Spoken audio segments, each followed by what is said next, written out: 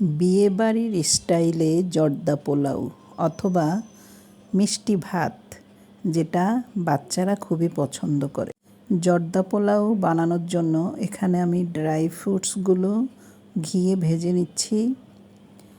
তারপরে আমি এখানে কিচমিচ আর খেজুরগুলোও ভেজে নিব। আসসালামু আলাইকুম, কেমন আছেন আপনারা সবাই?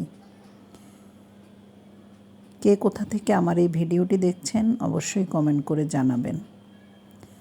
এখন আমি কিশমিশ আর খেজুরগুলো ভেজে তুলে রাখব।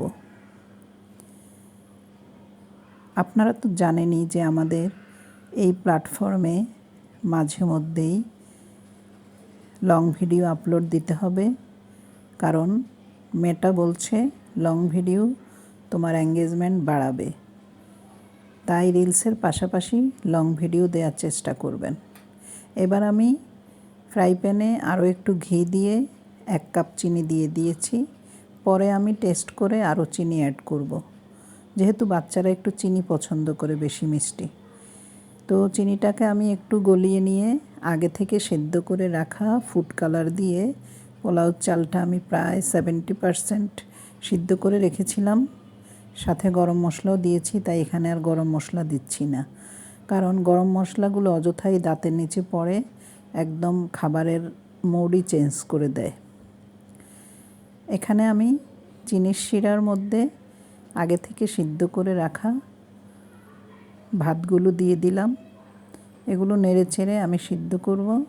প্রয়োজনে আরও পানি অ্যাড করব সিদ্ধ হওয়ার জন্য, কারণ এটা শক্ত থাকলে ভালো লাগবে না খেতে। এটা খুবই সাধারণ রান্না, তারপরও আমি শেয়ার করলাম আপনাদের সাথে। কেমন লেগেছে আমার রান্নাটা কমেন্ট করে অবশ্যই জানাবেন। তা আমি দেখলাম মিষ্টি একটু কম হয়েছে, তাই আরও 1/2 কাপ চিনি অ্যাড করলাম, কারণ জর্দা পোলাওতে অনেক মিষ্টি লাগে। তারপরে আমি যেহেতু এখানে কালো জাম দিব, সেজন্য মিষ্টিটা কমই দেওয়া উচিত। বেবি মিষ্টিগুলো আমি আগেই বানিয়ে রেখেছি, সেটা আপনারা দেখতেই পাবেন যখন আমি ডেকোরেশন করব। এভাবে নেড়ে চেড়ে ভাতটাকে ভালো করে সিদ্ধ করে নিতে হবে। খেয়াল রাখবেন যেন পুড়ে না যায়, নাড়াচাড়া করতেই থাকতে হবে।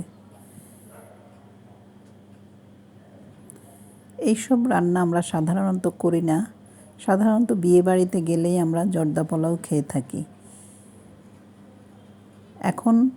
এখনকার দিনে মায়েরা বাচ্চাদেরকে পড়ালেখায় উৎসাহী করার জন্য সব ধরনের খাবারই রান্না করে খাওয়ানোর চেষ্টা করে। তা আমিও ঈদ পরবর্তীতে বাসায় এসে ভাবলাম বাচ্চাদেরকে একটু মুখরোচক কিছু তৈরি করে দেই। সেজন্য বাসায় আমি মিষ্টি বানাই, জর্দা পোলাও বানাই, পিৎজা, যে কোনো নাস্তার আইটেম চেষ্টা করি বানিয়ে দিতে। এই তো আমার রান্নাটা হয়ে গিয়েছে, এখন আমি সার্ভিং ডিশে দিয়ে দিচ্ছি।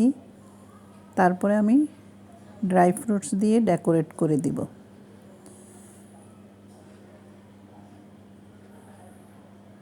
আপনারা এভাবে রান্না করেন কিনা কমেন্ট করে জানাবেন। এক একজনের রান্নার স্টাইল এক এক রকম, হয়তো কারো একটু ভালো হয়, কারো একটু মোটামুটি হয়। সবার রান্না তো আর একরকম হয় না। আমার রান্না আমি চেষ্টা করি ভালো করার, বাকিটা আমার পরিবারের লোকজনই বলতে পারবে কেমন হয়। ড্রাই ফ্রুটসগুলো উপর দিয়ে দিচ্ছি।